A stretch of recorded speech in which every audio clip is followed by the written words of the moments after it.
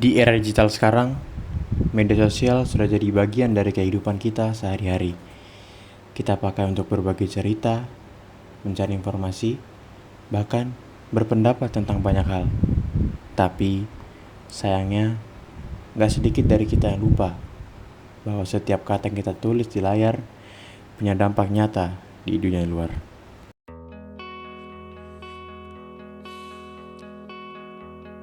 Coba kita lihat di sekitar kita. Di kolom komentar, sering muncul kata-kata kasar, ejekan, atau sindiran yang menyinggung perasaan orang lain.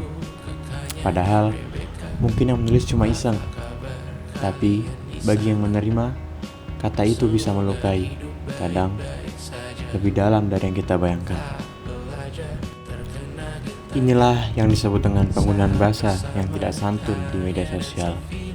Bahasa yang seharusnya jadi alat komunikasi, malah berubah jadi senjata untuk saling menjatuhkan. Bahasa Indonesia adalah bahasa yang indah, sopan, dan penuh makna. Tapi, keindahan itu bisa hilang kalau kita menggunakannya dengan sembarangan.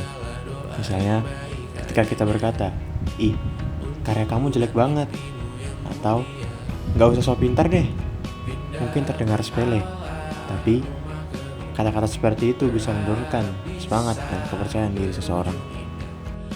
Padahal, kita bisa menyampaikan hal yang sama dengan cara lebih santun.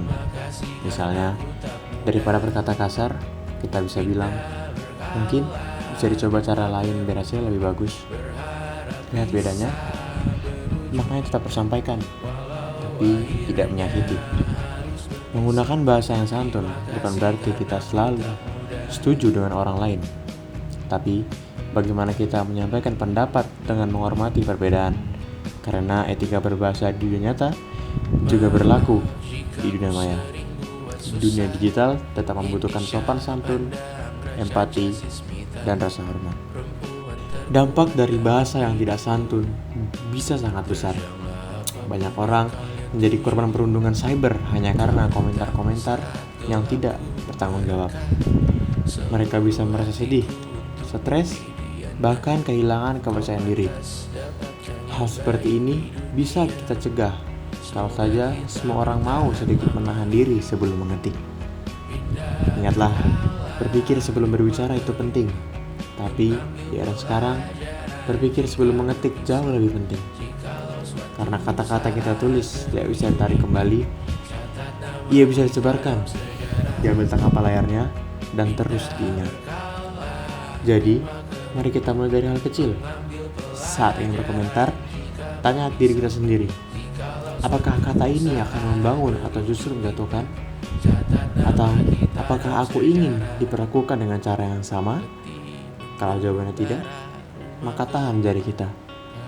Pilih kata yang lebih baik, lebih santun, dan lebih manusiawi. Karena pada akhirnya, bahasa yang kita gunakan mencerminkan siapa diri kita. Bahasa santun menunjukkan kepribadian yang matang, cerdas, dan berempati. Sementara bahasa kasar hanya menunjukkan kurangnya pengendalian diri. Jadi, mari kita wujudkan media sosial yang sehat, ramah, dan penuh kebaikan.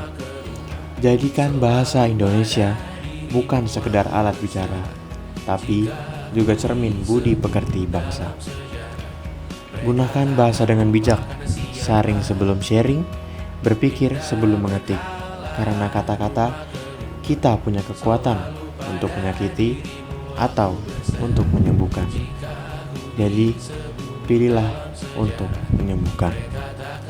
Santun berbahasa, cermin bangsa, bijak berbahasa, bijak bermedia sosial.